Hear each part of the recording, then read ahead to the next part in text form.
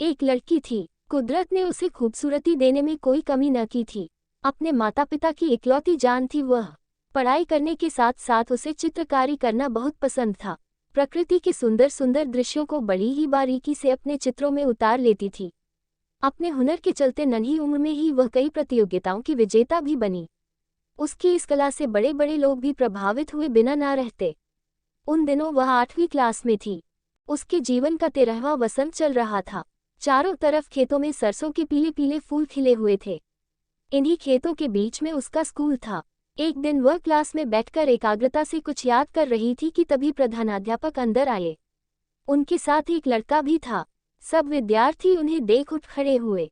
उन्होंने सबको बैठने के लिए कहा और साथ ही अपने साथ आए उस लड़के के बारे में बताया, जो लगभग 15 साल का, दिखने में सांवला, पर चेहरे पर बहुत तेज था।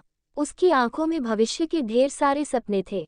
इतनी कम उम्र में उसने किताब लिख डाली थी, जिसके प्रचार प्रसार के सिलसिले में वह बहुत दूर से आया था। फिर उसने अपनी लिखी अच्छी अच्छी कहानियां सुनाई, जिसे सुनकर सब गदगद हो गए। उसने सब बच्चों से जीवन में खूब मेहनत और लगन से पढ़ने, लिखने और कुछ बनकर दिखाने की बात कही। सुनकर सबने खुशी खुशी उसकी लिखी हुई किताब को खरीदा। उस लड़की ने भी। फिर वह लड़का भविष्य में फिर अपनी नई किताब के साथ आने को बोलकर तो चला गया, पर उस लड़की के मन मंदिर में अपनी मूरत छोड़ गया। वह उस लड़के को खूब याद करती, उसकी किताब को बार बार पढ़ती और उसमें छपी उसकी फोटो को देखते हुए उसका जीना भरता। वह हमेशा यही ख्वाब देखती कि काश उस लड़के से उसकी शादी हो जाती तो वह खूब कहानियां लिखता और वह उसकी कहानियों के लिए सुंदर सुंदर चित्र बनाती। शायद इसीलिए क्योंकि उसके सपने और अरमान उस लड़के के सपनों से बहुत मिलते जुलते थे। समय पंख लगाकर उड़ता रहा। वह उस लड़के का इंतजार करती रही। रोज भगवान से उसकी नई किताब के लिए प्रार्थना करती। धीरे धीरे दिन, महीने और साल गुजर गए, पर वह लड़का फिर कभी नहीं आया। अब वह स्कूल से कॉलेज में पहुंच गई।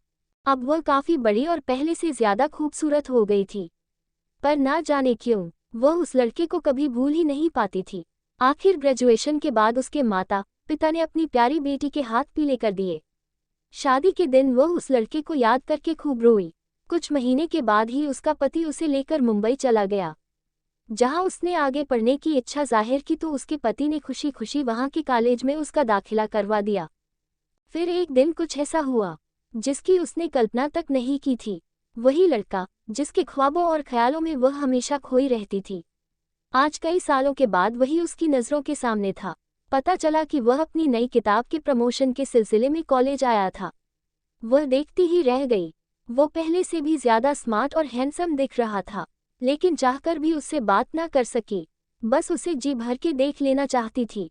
पर इस बार वह अपनी किताब खुद लेकर नहीं आया, बल्कि सबको ऑनलाइन खरीदने के लिए कहकर चला गया था।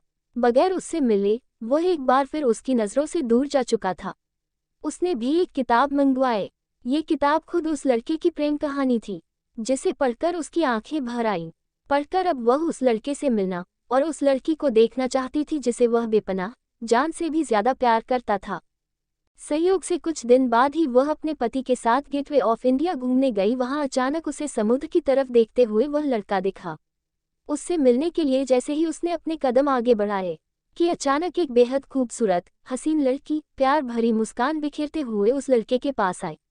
उसके हाथों में आइसक्रीम थी, जिसे दोनों बड़े ही प्यार से हंसी खुशी से खाने लगे। पहले तो वह उस लड़की की खूबसूरती को देखकर शर्मा गई, फिर उसे एहसास हुआ कि उस लड़की के आगे खुद वह कुछ भी नहीं है और उनका आपस में इतना असीम प्रेम देखकर उसे अपना प्यार नहीं के बराबर लगने लगा।